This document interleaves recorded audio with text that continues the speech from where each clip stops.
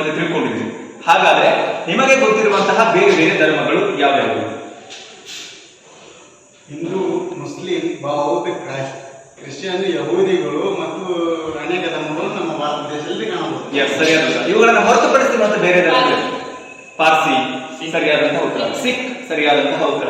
ಹಾಗಾದ್ರೆ ಜಗತ್ತಿನಲ್ಲಿ ಹೆಚ್ಚು ಅನುಯಾಯಿಗಳನ್ನು ಹೊಂದಿರುವಂತಹ ಧರ್ಮ ಯಾವುದು? ಹಾಗಾದ್ರೆ ಇವತ್ತಿನ ತರಗತಿಯಲ್ಲಿ ನಾವು ಕ್ರೈಸ್ತ ಧರ್ಮದ ಬಗ್ಗೆ ಅಧ್ಯಯನವನ್ನು ಮಾಡೋಣ. ಜಗತ್ತಿನಲ್ಲಿ ಹೆಚ್ಚು ಅನುಯಾಯಿಗಳನ್ನ ಹೊಂದಿರುವಂತಹ ಧರ್ಮ ಯಾವುದು ಅಂತಂದ್ರೆ ಕ್ರೈಸ್ತ ಧರ್ಮ. ಕ್ರೈಸ್ತ ಧರ್ಮ ಜಗತ್ತಿನಲ್ಲಿ ಎಲ್ಲಾ ಧರ್ಮಗಳಂತೆ ಇದು ಕೂಡ ಒಂದು ಪ್ರಮುಖವಾದಂತಹ ಧರ್ಮ. ಇದು ಸಾಮಾನ್ಯ ಶಕ 1ನೇ ಶತಮಾನದಲ್ಲಿ, ಯಾವಾಗ ಅಂತಂದ್ರೆ 1ನೇ ಶತಮಾನದಲ್ಲಿ ಸ್ಥಾಪನೆ ಆಯಿತು. ಇದು ಎಲ್ಲಿ ಸ್ಥಾಪನೆ ಆಯಿತು ಅಂತಂದ್ರೆ ಇದು ಸ್ಥಾಪನೆ ಆಗಿದ್ದು ಎಲ್ಲಿ ಅಂತಂದ್ರೆ ನಜರತ್ ಅನ್ನುವಂತಹ ಪ್ರದೇಶದಲ್ಲಿ, ಪ್ಯಾಲೆಸ್ತೈನ್ ಪ್ರಾಂತದ ನಜರತ್ ಅನ್ನುವಂತಹ ಪ್ರದೇಶದಲ್ಲಿ ಕ್ರೈಸ್ತ ಧರ್ಮ ಸ್ಥಾಪನೆ ಆಯಿತು. ಇದನ್ನ ಸ್ಥಾಪನೆ ಮಾಡಿದವರು ಯಾರು ಅಂತಂದ್ರೆ ಯೇಸು ಕ್ರಿಸ್ತ, ಅಥವಾ ಅವರನ್ನ ನಾವು ಜೀಸಸ್ ಅಂತ ಕೂಡ ಕರಿತೀವಿ. ಯೇಸು ಕ್ರಿಸ್ತ ಅಥವಾ ಜೀಸಸ್. ಕ್ರೈಸ್ತ ಧರ್ಮವನ್ನ ಸ್ಥಾಪನೆ ಮಾಡಿದವರು ಯಾರು ಅಂತಂದ್ರೆ ಯೇಸು ಕ್ರಿಸ್ತ ಅಥವಾ ಜೀಸಸ್ 1ನೇ ಶತಮಾನದಲ್ಲಿ ಸ್ಥಾಪನೆ ಮಾಡಿದ್ರು. ಹಾಗಾದ್ರೆ ಇಸ್ಲಾಂ ಧರ್ಮ ಎಲ್ಲಿ ಸ್ಥಾಪನೆ ಆಯಿತು? ಇಸ್ಲಾಂ ಧರ್ಮ ಎಲ್ಲಿ ಸ್ಥಾಪನೆ ಆಯಿತು? ಅರಬ್ ದೇಶದಲ್ಲಿ. ವೆರಿ ಗುಡ್, ಸರಿಯಾದ ಉತ್ತರ, ಚಪ್ಪಾಳೆ. ಕ್ರೈಸ್ತ ಧರ್ಮ 1ನೇ ಶತಮಾನದಲ್ಲಿ ಸ್ಥಾಪನೆ ಆಯಿತು. ಇನ್ನ ಕ್ರೈಸ್ತ ಧರ್ಮವನ್ನ ಸ್ಥಾಪನೆ ಮಾಡಿದಂತಹ ಯೇಸು ಕ್ರಿಸ್ತರ ಜೀವನದ ಬಗ್ಗೆ ನಾವು ತಿಳಿಯುವಂತಹ ಸಂದರ್ಭದಲ್ಲಿ ಇವರು ಯಾವಾಗ ಜನಿಸಿದ್ರು ಅನ್ನೋದಕ್ಕೆ ಸೂಕ್ತ ಸಾಕ್ಷ್ಯಾಧಾರಗಳು ಸಿಗ್ಲಿಲ್ಲ. ಹಾಗಾಗಿ ಇತಿಹಾಸಕಾರರು ಏನ್ ಮಾಡಿದ್ರು ಅಂತಂದ್ರೆ ಇವರು ಸ್ಥಾಪನೆ ಮಾಡಿದಂತಹ ಧರ್ಮ ಯಾವುದು? ಕ್ರೈಸ್ತ ಧರ್ಮ. ಅದು ಸ್ಥಾಪನೆ ಆದದ್ದು ಯಾವಾಗ? 1ನೇ ಶತಮಾನದಲ್ಲಿ. ಬಹುಶಃ ಇವರು ಕೂಡ ಆವಾಗಲೇ ಜನಿಸಿರಬಹುದು ಅಂತ ಹೇಳಿ ಇತಿಹಾಸಕಾರರು ಒಂದು ಅಭಿಪ್ರಾಯವನ್ನ ಪಟ್ಟು ಇವರು 1ನೇ ಶತಮಾನದಲ್ಲಿ ಎಲ್ಲಿ ಜನಿಸಿದ್ರು ಅಂತಂದ್ರೆ ಬೆತ್ಲೆಹೆಮ್ ಅನ್ನುವಂತಹ ಒಂದು ಹಳ್ಳಿಯೊಳಗೆ ಜನಿಸ್ತಾರೆ.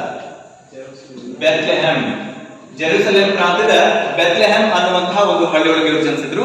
ಇವರ ತಂದೆ ಯಾರು ಅಂತಂದ್ರೆ ಇವರ ತಂದೆ ಜೋಸೆಫ್. ಮತ್ತ ಇವರ ತಾಯಿ ಮೇರಿ. ಇವರ ತಾಯಿ ಯಾರು? ಮೇರಿ. ಇವರ ತಾಯಿ ಹೆಸರು ಮೇರಿ ಆಗಿತ್ತು. ಇವ್ರದು ತುಂಬಾ ಬಡತನದ ಕುಟುಂಬ ಆಗಿತ್ತು. ಯಾರಂತಂದ್ರೆ ಯೇಸು ಕ್ರಿಸ್ತರು. ಹಾಗಾಗಿ ಇವರಿಗೆ ಒಂದು ಸೂಕ್ತವಾದಂತಹ ವಿದ್ಯಾಭ್ಯಾಸವನ್ನ ಕೊಡ್ಲಿಕ್ಕೆ ಆಗಿಲ್ಲ. ಆದ್ರೆ ಯೇಸು ಕ್ರಿಸ್ತರಿಗೆ ಅಗಾಧವಾದಂತಹ ಒಂದು ಗ್ರಹಣ ಶಕ್ತಿ ಇತ್ತು ಮತ್ತು ಬುದ್ಧಿಶಕ್ತಿ ಇತ್ತು.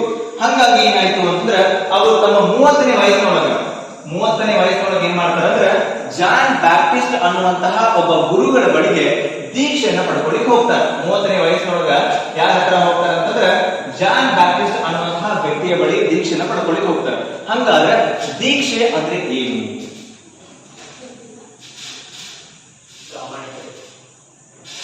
ದೀಕ್ಷೆ ಅಂದ್ರೆ ಜ್ಞಾನವನ್ನು, ಅಂದ್ರೆ ಒಂದು ಧರ್ಮಕ್ಕೆ ಸೀಮಿತವಾಗಿ ಅದರಿಂದ ಸೀಮಿತವಾಗಿ ದೀಕ್ಷೆ ಅಂತಂದ್ರೆ ಗುರು ಅಥವಾ ಆಚಾರ್ಯರಿಂದ ನಿಯಮಪೂರ್ವಕವಾಗಿ ಪಡ್ಕೊಂಡಂತಹ ಮಂತ್ರೋಪದೇಶ. ದೀಕ್ಷೆ ಅಂತಂದ್ರೆ ಗುರು ಅಥವಾ ಆಚಾರ್ಯರಿಂದ ನಿಯಮಪೂರ್ವಕವಾಗಿ ಪಡ್ಕೊಂಡದ್ದನ್ನ ಏನಂತ ಕರಿತೀವಿ ನಾವು? ದೀಕ್ಷೆ ಅಂತ ಕರಿತೀವಿ. 30ನೇ ವಯಸ್ಸಿನೊಳಗೆ ಯೇಸು ಕ್ರಿಸ್ತರು ಜಾನ್ ಬ್ಯಾಪ್ಟಿಸ್ಟ್ ಇಂದ ದೀಕ್ಷೆಯನ್ನ ಪಡ್ಕೊಂಡ್ರು. ತದನಂತರ ದೀಕ್ಷೆಯನ್ನ ನೀಡಿದಂತಹ ಜಾನ್ ಬ್ಯಾಪ್ಟಿಸ್ಟ್ ಇವರನ್ನ ಏನಂತ ಕರೆದ್ರು ಅಂದ್ರೆ ಮಹಾರಕ್ಷಕ ಅನ್ನುವಂತಹ ಹೆಸರಿನಿಂದ ಕರೆದ್ರು. ಇವರು 30ರಿಂದ 33ನೇ ವಯಸ್ಸೊಳಗೆ 3 ವರ್ಷಗಳ ಕಾಲ ತಮ್ಮ ಬೋಧನೆಗಳನ್ನ ಪ್ರಚಾರ ಮಾಡುವಂತಹ ಕೆಲಸವನ್ನ ಮಾಡಿದ್ರು. ಹಾಗಾದ್ರೆ ಬೋಧನೆ ಅಂದ್ರೆ ಏನು?